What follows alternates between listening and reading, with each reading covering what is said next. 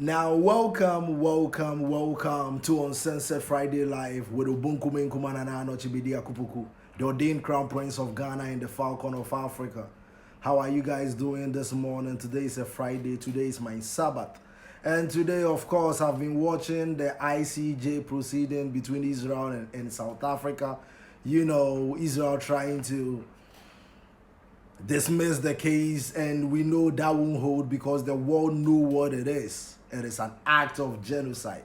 Hashtag free Congo, hashtag free Sudan, hashtag free Palestine.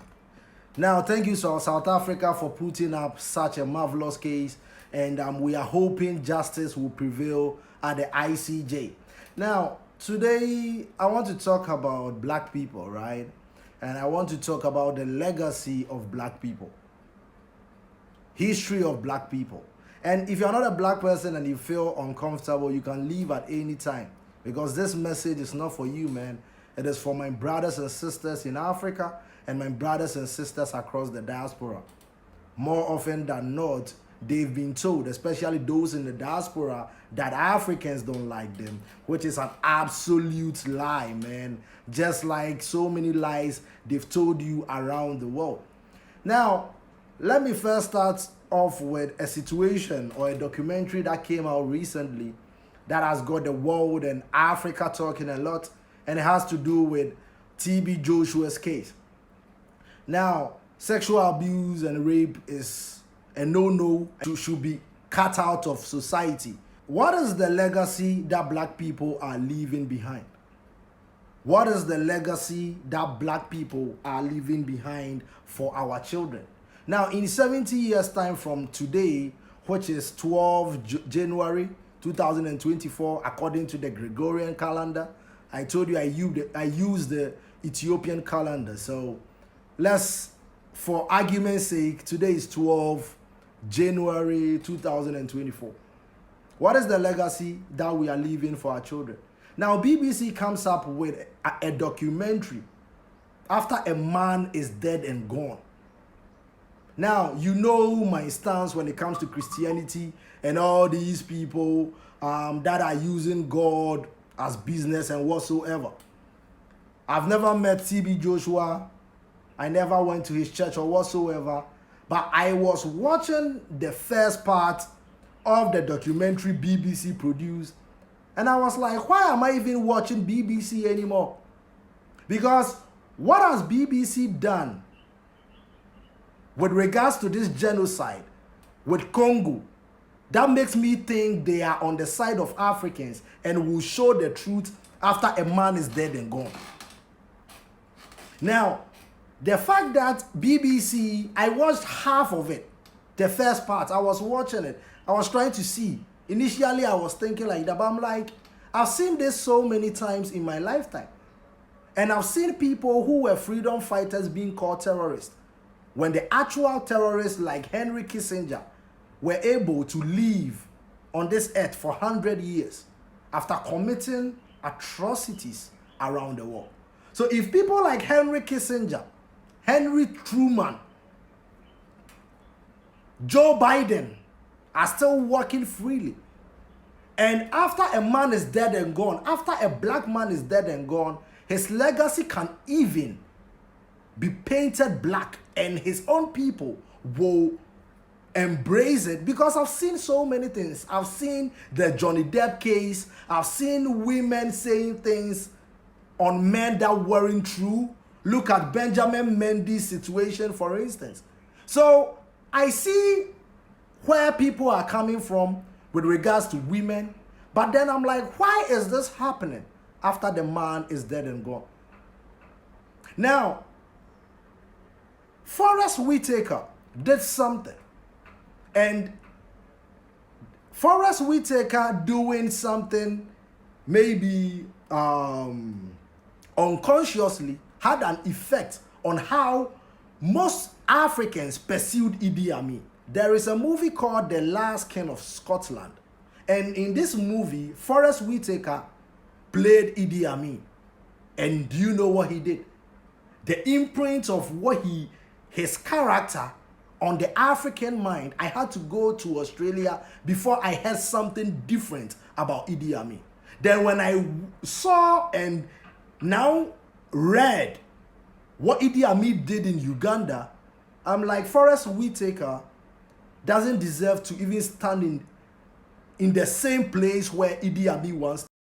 But you see, black people are always chosen to degrade our own culture.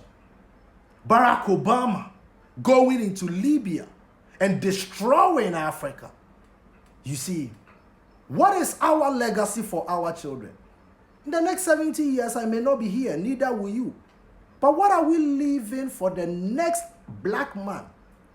Our children and our children's children. And that is what we are doing today.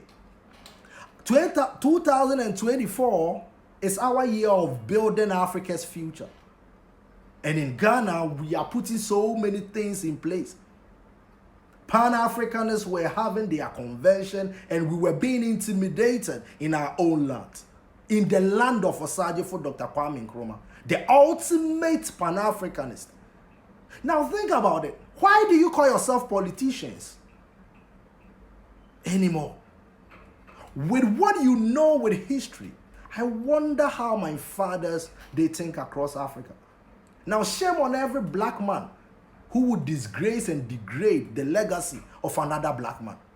And we won't do that anymore. We have seen between the lines the propaganda. Now, the kings and queens of Al-Kebulan, we know that our liberation will be nothing without a revolution. And the revolution is what we are seeing across the world. Forrest Whitaker doing the bidding and degrading another black man, a man he can never stand in his shoes. Idi Amin was one of the greatest African leaders to ever live. And yet Forrest Whitaker, in a movie, brought him down. And that movie was shown across Africa to the coming generation. So I grew up thinking the man was evil. I had to learn things about Forrest Whitaker and Osagyefo Dr. Kwame Nkrumah outside Africa. Now, when we talk about the education system being a tool for the neocons, this is what we mean. Linda Thomas Greenfield, a black woman. Harriet Tubman may be very proud of her now. Linda Thomas Greenfield doing the bidding of the same people. As a woman, you should know the history by now. Lloyd Austin doing the bidding of the same people and saying how a tree without roots can stand. And as a human, when you forget where you came from and you forget your roots, your future is bleak. Your future is vague because you have no future. How can you have a future if you don't know your past? And make sure the present, you do things right. What legacy are we leaving for our children, black people? Joe Biden's son is facing criminal charges, tax fraud. Joe Biden himself considers himself a Zionist and supposed to be in the Hague trial right now. Donald Trump is facing fraud charges. And these are the people we are looking up to. Never again. Never again. And Africa, this is our time. We are uniting our continent. We are uniting our continent. And when we are united, we are coming for whatever belongs to Africa. Everything that belongs to us, we will manifest our life. Now, look at what Anthony Blinken is doing in the Middle East. After you send the arms and everything and give a veto power for Israel, and you escalate it by throwing bombs to Lebanon and attack Houthis, you are there to de-escalate what? Now, the Houthis are doing this in the first place because they want you to stop the genocide on Israel. So you can stop a genocide, but then you choose not to, you veto against it. And now you send another evil to go speak on your behalf. How delusional are you? And this delusion is what Africans are moving away from. You see, this current democracy is not for us. Our democracy is the Pan-African system. And the Pan-African system is African. It is black. It will take care of whatever belongs to Africa. Now, in Pan-Africanism, every contract signed with Africa is obsolete. Because reparations is not what you can give to us. Reparations is making sure the boy in Zimbabwe making cars that run on the atmosphere, right?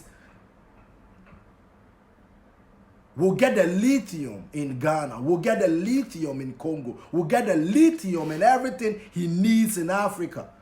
Put 100,000 children underneath this boy. And in just 10 years, do you know what we will achieve in the automobile sector? But these are not what we are thinking about.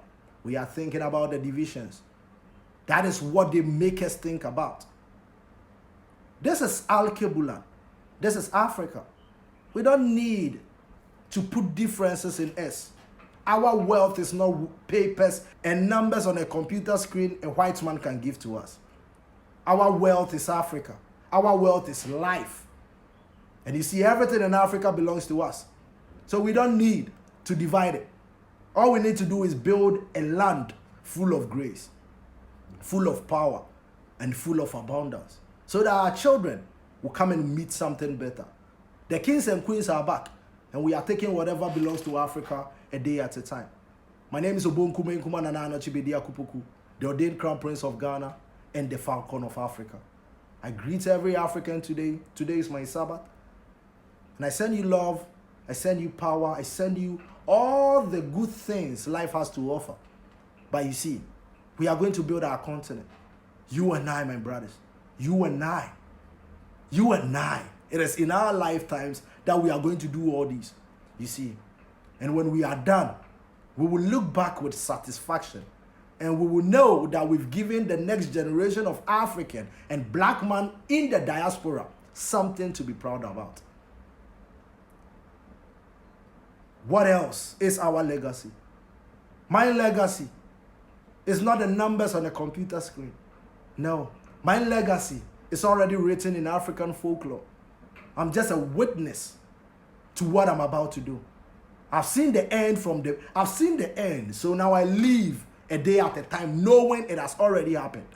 And what I saw with my eyes, what Africa became, come along, my fellow brothers, come along.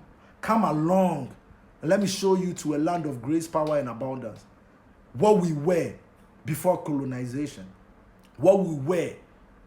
I keep telling you, slavery was just a blip in the greatness of who an African can be. Are you with me, my brothers and sisters? Let us not tarnish the image of another black man and hail the same people that colonized and did atrocities to our ancestors.